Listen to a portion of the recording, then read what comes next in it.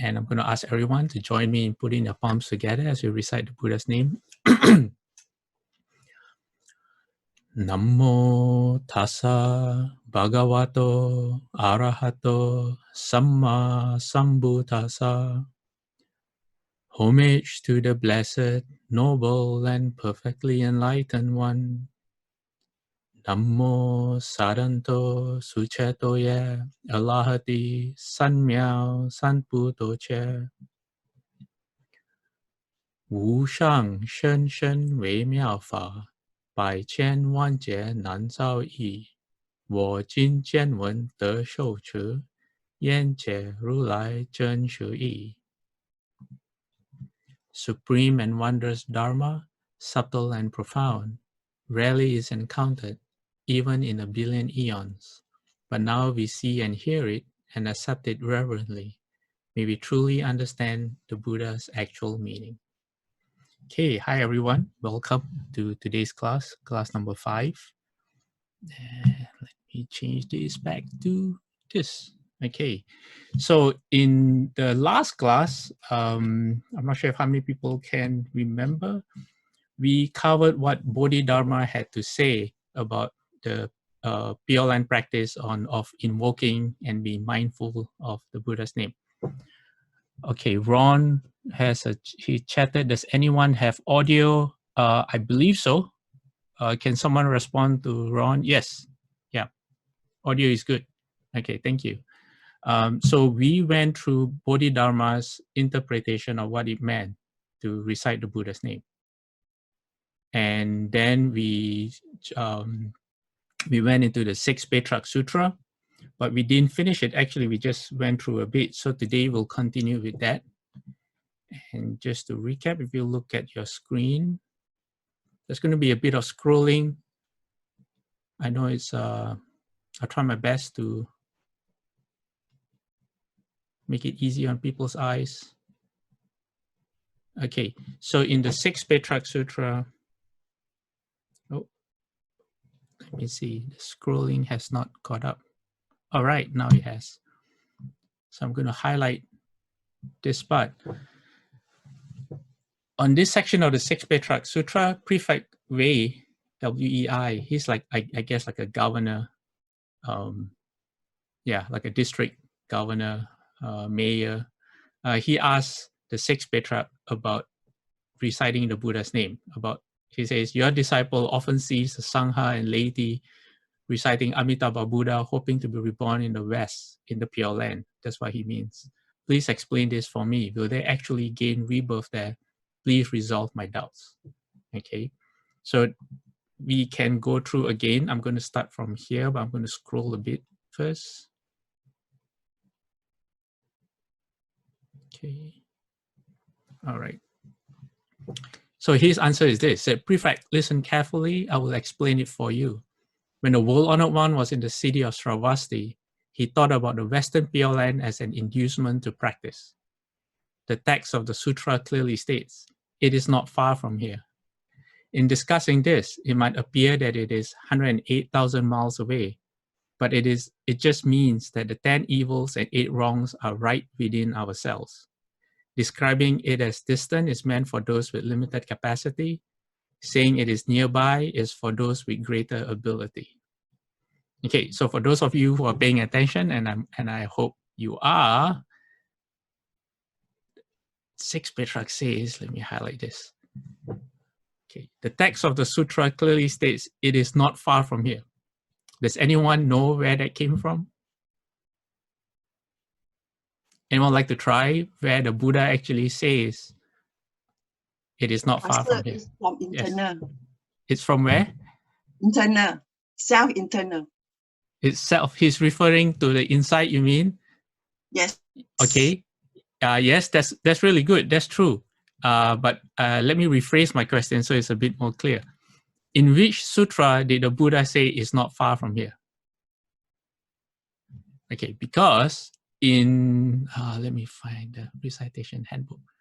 Okay, what you see in front of you, bear with me. Let me view page display, single page. Let me look for the right page. This what you're looking at is the Amitabha Sutra that is in our CDTB recitation handbook. Okay, and let me increase it. There you go. Okay, this is what the Buddha says in the Amitabha Sutra that we recite all the time. If you can see it on the screen, it says, at the time the Buddha told the elder Shariputra, passing from here to hundreds of thousands of millions of Buddha lands to the west, there is a world called ultimate bliss. And he says, this in this land, a Buddha called Amitabha right now teaches the Dharma. So the Buddha in this sutra says that it is hundreds of thousands of millions of Buddha lands to the west from where we are. Okay, but then in 6th Petrak Sutra, which I'm going to switch to right now, it says it is not far from here. So anyone? Yes, no? Okay, I'll not leave you hanging. It is on this sutra called, there are 3 Pure Land Sutras, and this is regarded, let me see, is this the middle or the larger one? I'll come back to you on that once I try to remember. I think this is the medium-sized one, yeah. The one that we recite every day in the Buddha Hall or alternate days is the short one. I believe this is the medium one. It's called the Sutra on the Visualization of the Buddha of Infinite Life. Infinite Life meaning Amitabha Buddha. He has many names, Amitayas, Infinite Light, Amitabha. So it comes from this sutra. And I don't have to show you exactly where it is. Maybe I can. Yeah, hold on. Oh, this is a really good sutra. Maybe I'll just take a few minutes to talk about this sutra. I'll go back to the title page. This sutra is really good. If it's like a movie, it's about Queen Vaidehi, I believe. Yes, Queen Vaidehi, who has a son. And the son's name is, okay, let's just use the sutra. Okay, the son's name is Ajata Saru, okay, who was a friend of Devadatta. For those of you who don't know who Devadatta is, he's like the Buddha's enemy. He's really against the Buddha. So upon being instigated by Devadatta, this prince imprisoned his father because he wanted to take over the throne. And as he imprisoned the father, he didn't give the father any food or drink to eat. He wanted the father to starve to death. So what happened was his consort or his queen, which is Vaidehi, Queen Vaidehi, in this sutra, it opens with her secretly filling up her jewels with grape juice. Like probably she wore like huge earrings, necklaces and special beads that were empty. She could fill up with grape juice, and then she had a special paste made with flour that she would put on her body, and she would sneak that into the king. She was allowed to visit the king, and so the king would survive by eating this flour paste and drinking the grape juice. And then the prince one day asked his guards, "How is my father doing?" And then the guard said, "Oh, this is what's going on. Your mom is sneaking in food and drinks for your dad, and so he's doing okay." And this made him really upset. And he was so upset that he wanted to kill his mother, but he was advised not to, because that would be really that would be the worst thing that a person could do. He was advised that, so he stopped doing that. He put his sword back. He didn't kill his mom, but he imprisoned both his parents so they couldn't see each other. And this sutra starts with that story. And then she calls out to the Buddha. She was being visited by Ananda already during that time, and then she was in prison. She calls out to the Buddha for help, and then the Buddha comes to her and talks to her about the Pure Land. Actually, she asked about the Pure Land. She said, "How can I?" She said, "This world is really a very bad world." Let me see. Let me increase the size. Okay. I'll highlight that. This is where she tells the Buddha that she wants to go to a land of no sorrow and no affliction where she can be reborn, where she doesn't want to hear or see any wicked people. And then the Buddha shows her different pure lands. And then she says, oh, but what I want, the pure land that I want is the Western Pure Land, Amitabha's Pure Land. Yeah. So then the Buddha talks to her. So this is the sutra where the Buddha tells her that it is not far from here. And let me see.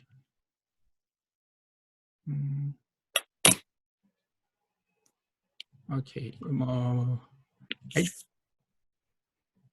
I don't have it. I know it's somewhere here. Oh, there. Then the world-honored one said to Vaidehi, do you know that Amitabha is not far away? That's where you get it. That's what the sixth patriarch is referring to. Okay, I just got a WhatsApp message from Miss Wong. She says, She's not sure. Every time I key in the meeting ID, if there's a key lock over my side, I can't hear you even though I leave and join again. Okay, Chui, who is our resident tech guy, could you get in touch with Miss Wong Guat Fong, Miss Wong, and maybe try help her out if you are able to. Yeah. Okay, so this is what the sixth patriarch is referring to when he says the sutra clearly states it is not far from here. Okay, and then continuing with the sutra, I'm going to scroll down.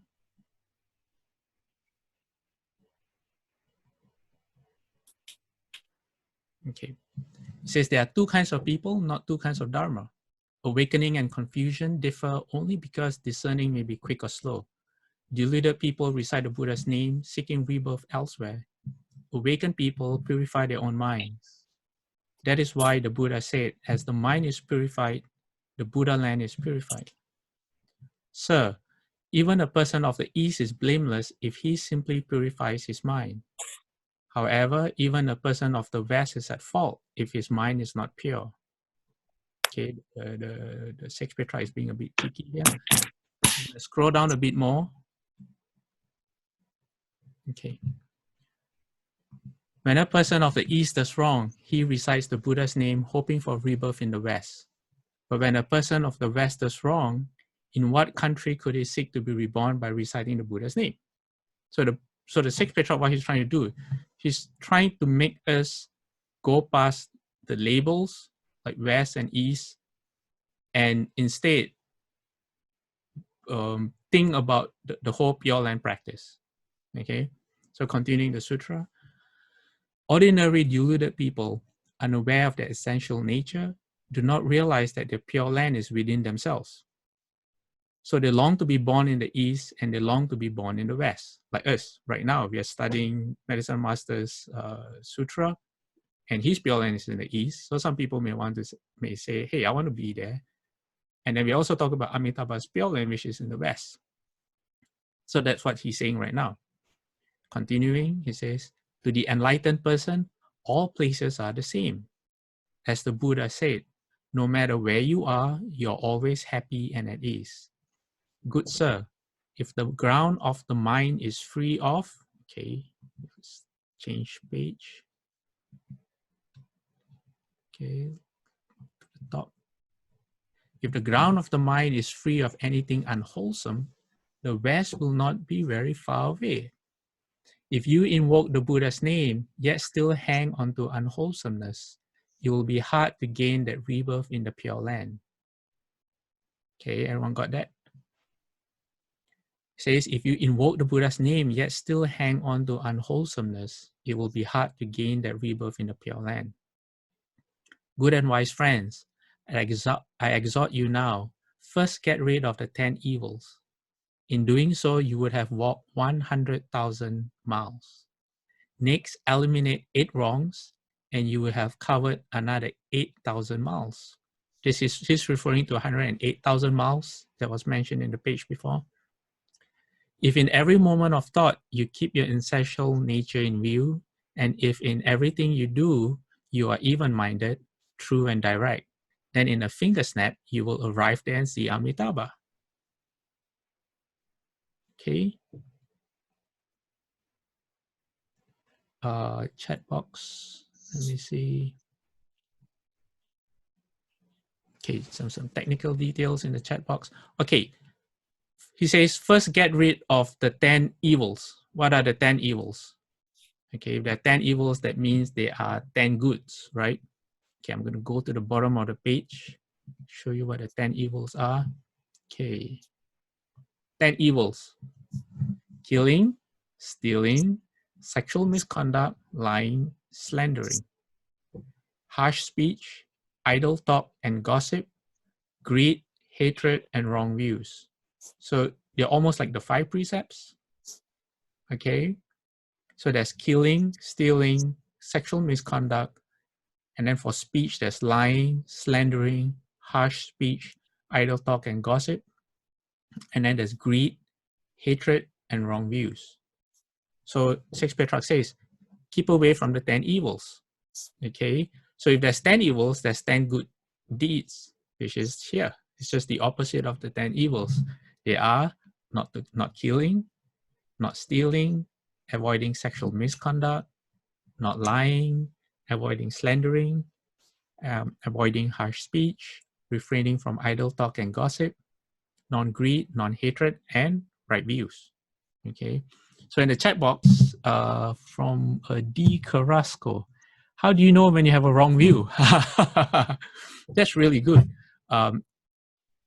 If you are part of the WhatsApp chat group, I'm going to post that on the WhatsApp chat group. Let me make a note first, okay, so I don't forget. On screen notes. Okay.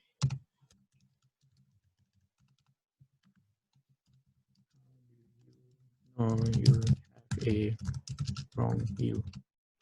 This is there's actually a list of what constitutes right and wrong view, and if I have time, maybe before the end of today's class, I'll pull it up. Okay. Okay, Dharma Master, irregular, wrong, right view. Yes. Hopefully I will. Okay, I should.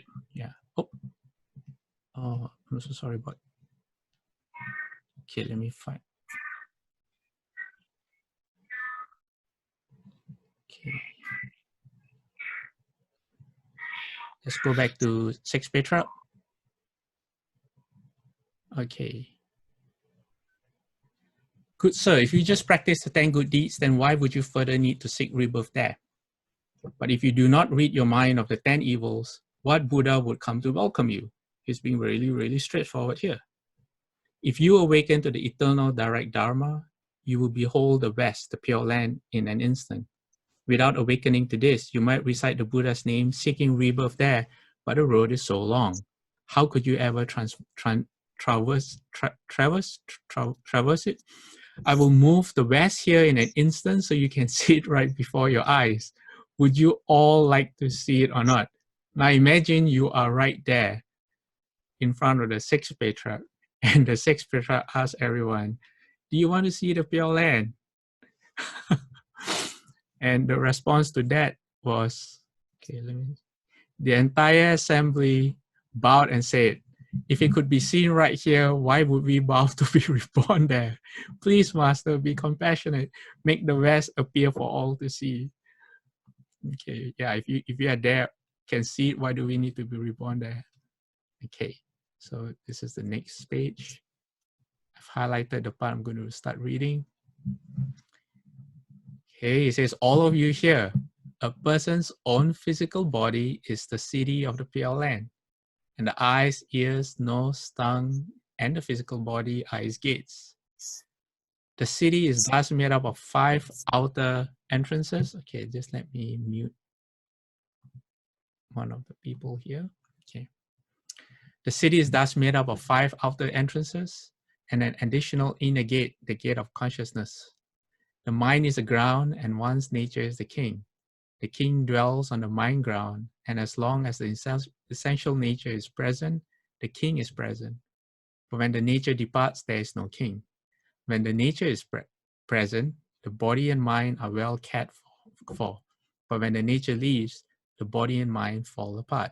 Okay, the Shakespeare is talking about our existence right now. Okay, our eyes, ears, nose, tongue, body, and then our mind, which is the gate of consciousness. And then he also talks about one's nature is the king.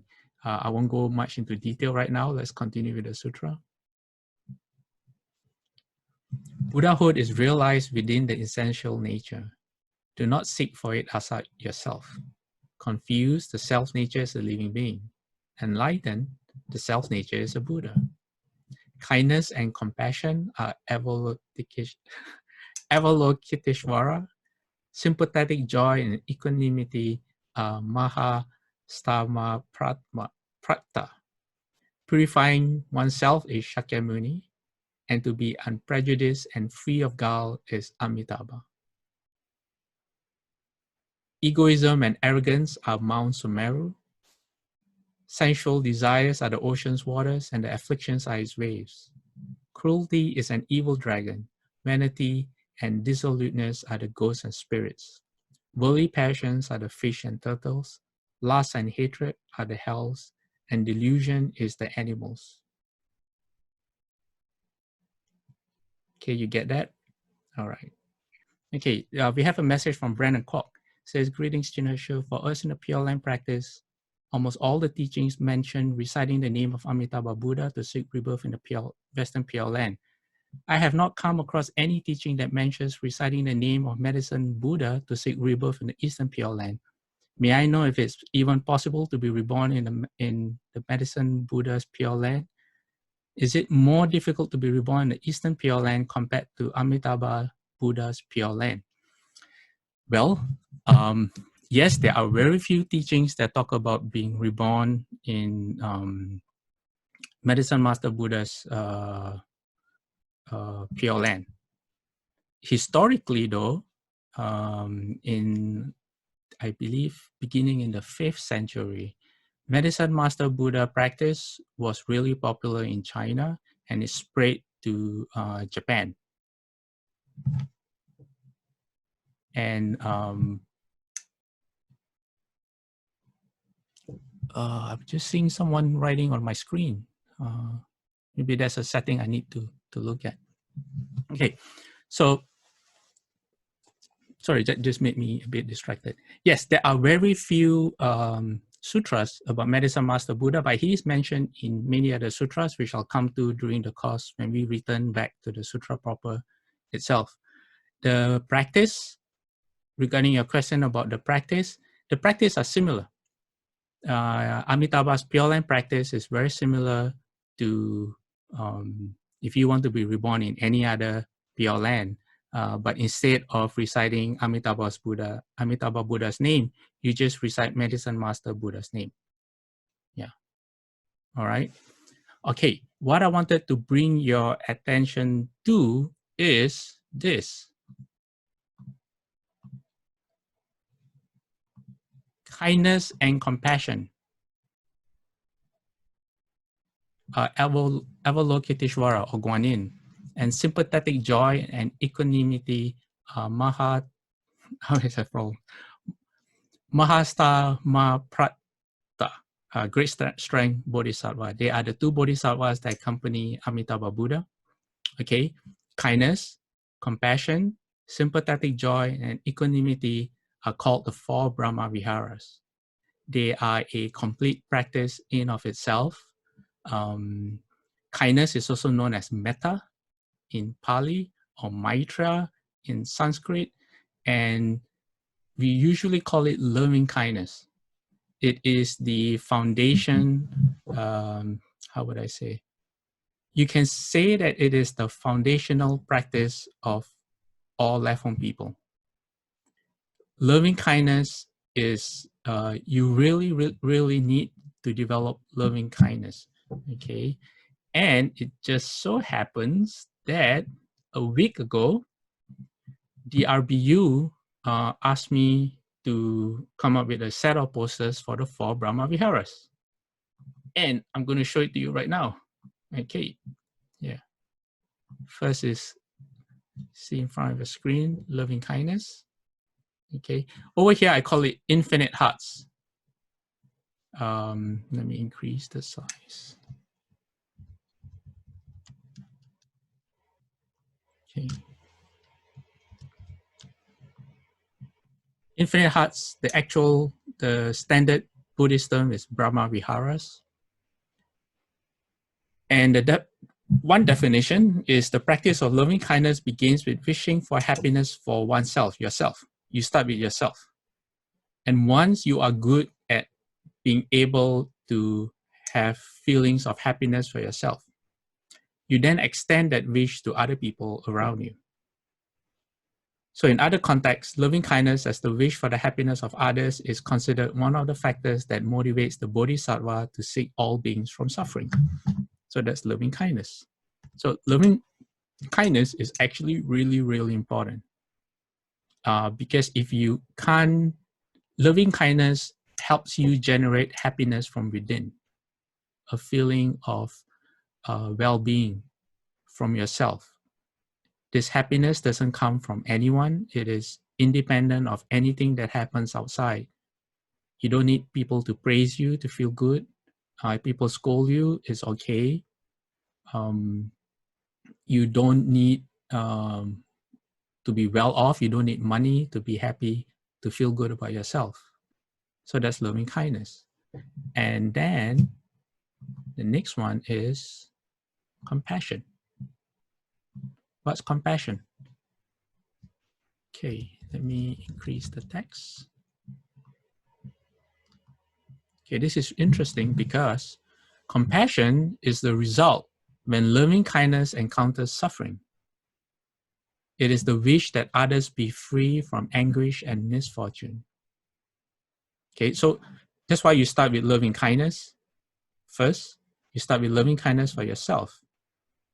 And then once you are solid in yourself and your source of happiness, cannot be influenced by external factors, then you start extending loving kindness, the wish that other people are happy, to the people around you. But then what happens is sometimes you meet people who are sick or who are suffering. There are a lot of people right now who are not in good places right now. So if your loving kindness is genuine, and when you see the people that you care for suffer, then compassion arises. You wish that they are free of anguish, of any suffering, of any misfortune, so that they too can be happy. So the bodhisattva then develops great compassion. What is the... Okay, let me finish that first, sorry. The bodhisattva develops great compassion, which aspires them to achieve Buddhahood in order to liberate all beings from suffering. So compassion, also known as karuna, is different from great compassion. What is great compassion? You just add the word maha, which means big. So maha karuna, that's great compassion. What's the difference between maha karuna, great compassion, and regular compassion? Well, first of all, bodhisattvas have great compassion.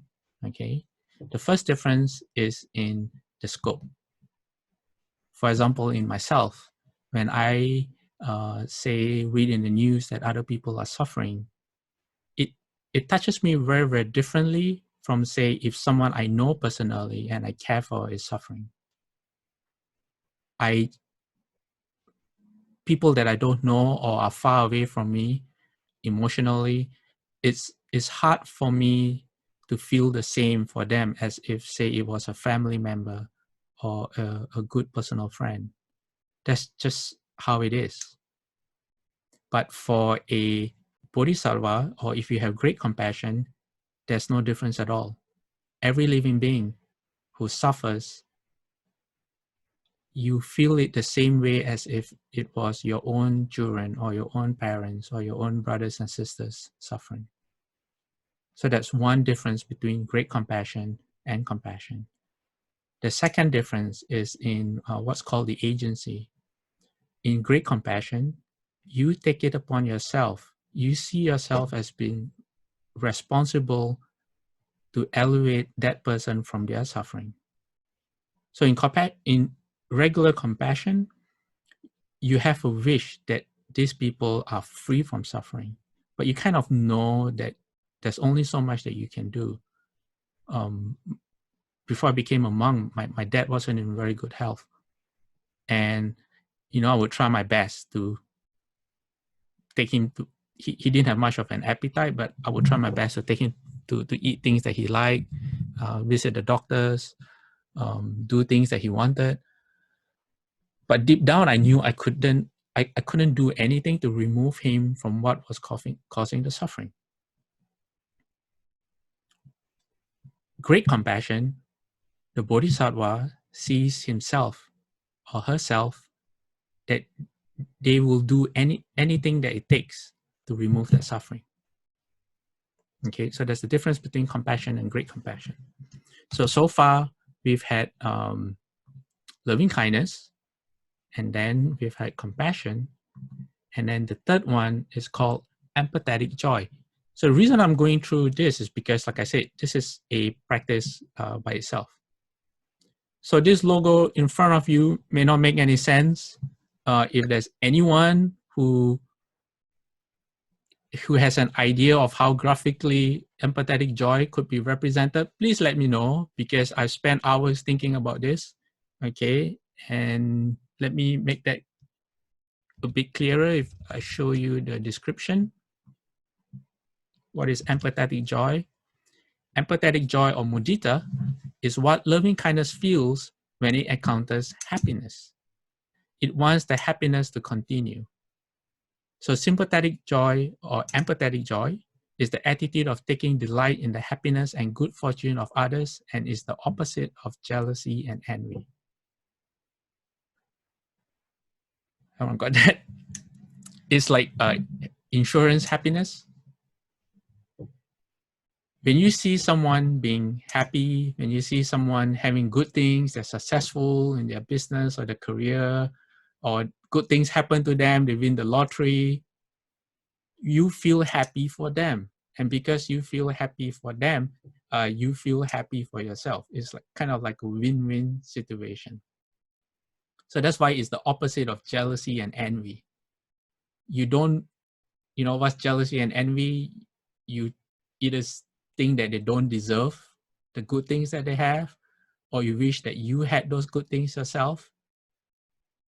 So jealousy and envy just makes you miserable and unhappy. But if you have genuine loving kindness that begins from yourself, and then you extend that to people around you, then no matter what happens to you, you always feel good.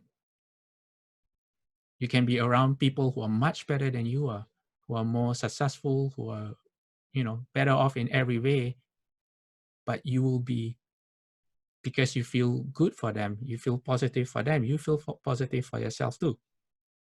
So that's number 3 of Brahma-vihara. Is called empathetic joy. And that's why I have a problem trying to show what empathetic joy is. So I use the mathematical symbol of equal or more than. So your happiness is always equal or more than those around you. Okay, like I said, if you have an idea of how empathetic joy can be shown graphically, please let me know. Okay, and then the final one, it's this. Equanimity. Let me increase this.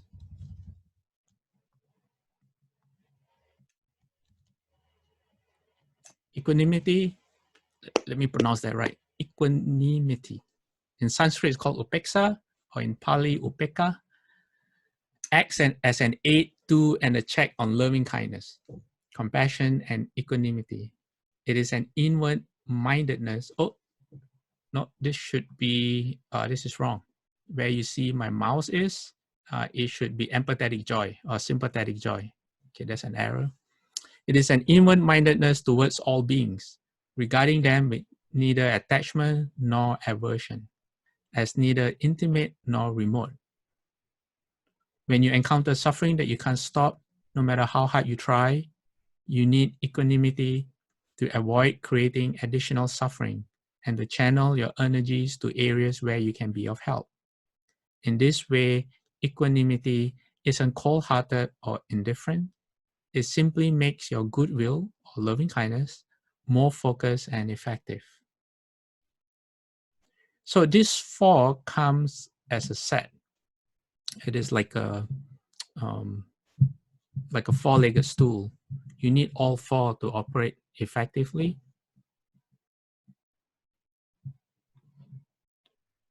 And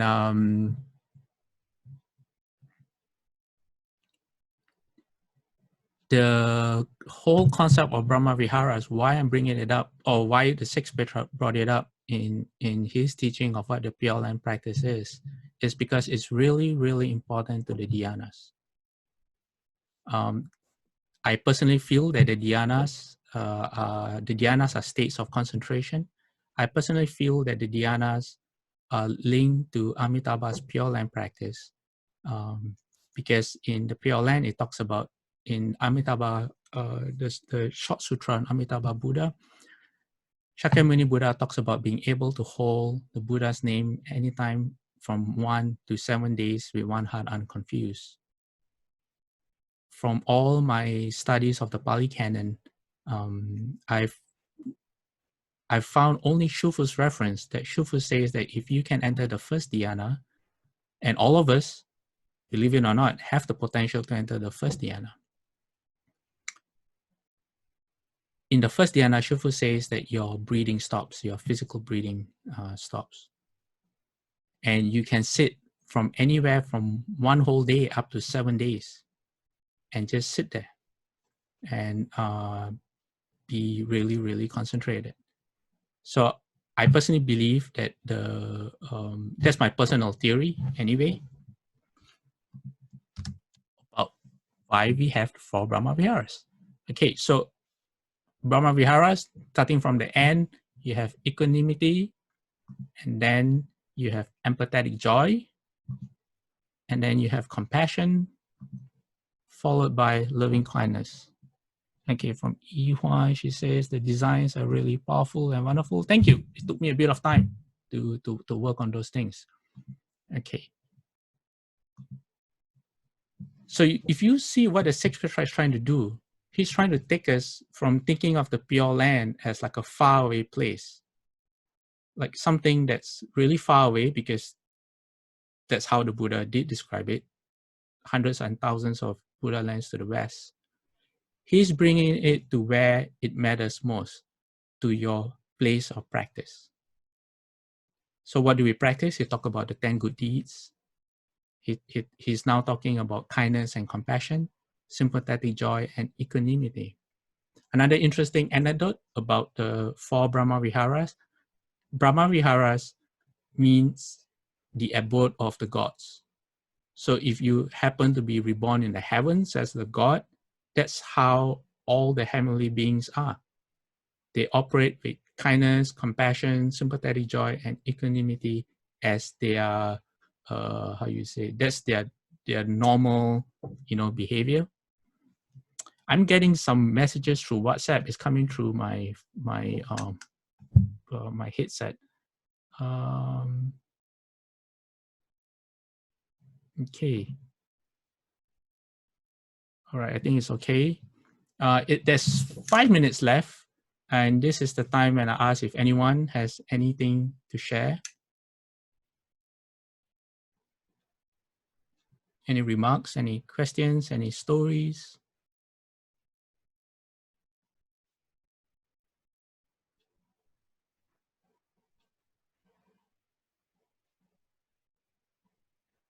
I should have a recording of crickets to fill up the silence. Okay, Chui, I know you had something to say.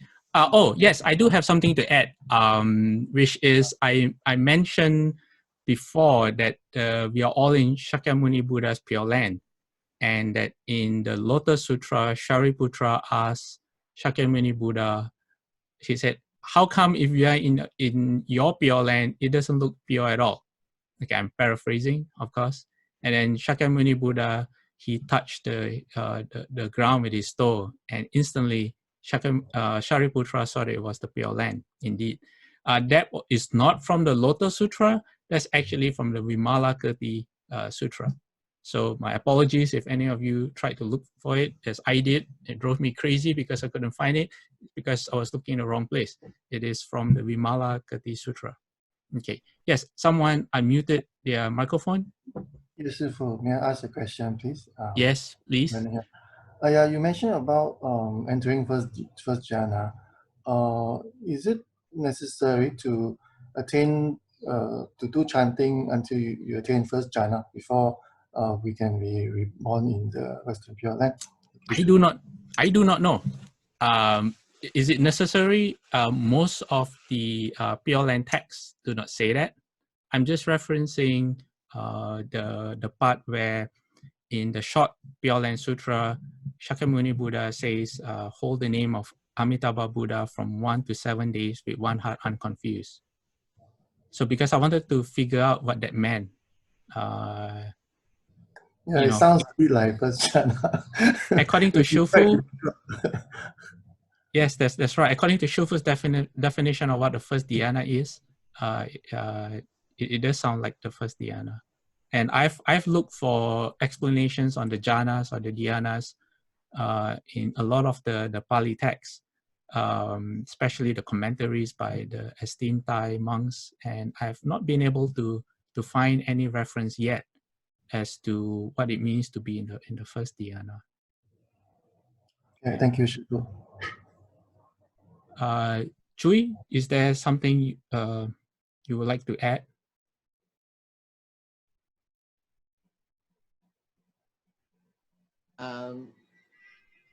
No, nothing. But all I'm saying is the last 3 lectures I attended from Reverend shows there are things talking about the medicine mantra, and maybe we all refer to that, and then you can get more understanding from that mantra. Yes, if you go to our YouTube channel, Dharma Realm Live, let me type that out. So,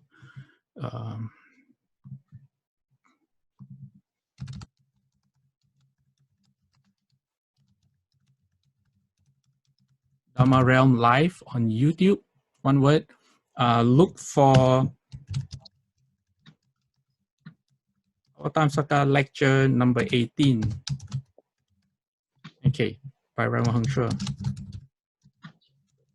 He, at the end of the lecture, he talks about, he sings the Medicine Master Buddha's mantra. And I have a recording of that. I will share that with the WhatsApp group. And he also talks about using the mantra and how you can visualize the mantra spreading out from yourself. Yeah. All right. Okay, it is time, and we should now do the dedication of merit. Okay, let me find the right slide. Oh. Okay, I'm going to put my palms together.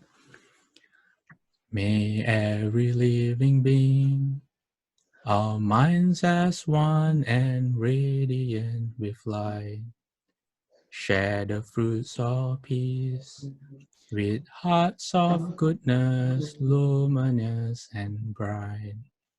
If people hear and see how hands and hearts can find in giving unity, may their minds awake to great compassion, wisdom, and to joy.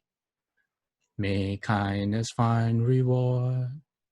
May all who sorrow leave their grief and pain. May this boundless light dispel the darkness of their endless night. Because our hearts are one, this world of pain turns to paradise. May all become compassionate and wise. May all become compassionate and wise. Okay, everyone, thank you for joining us, and look out for more details on the WhatsApp group. Okay, bye-bye.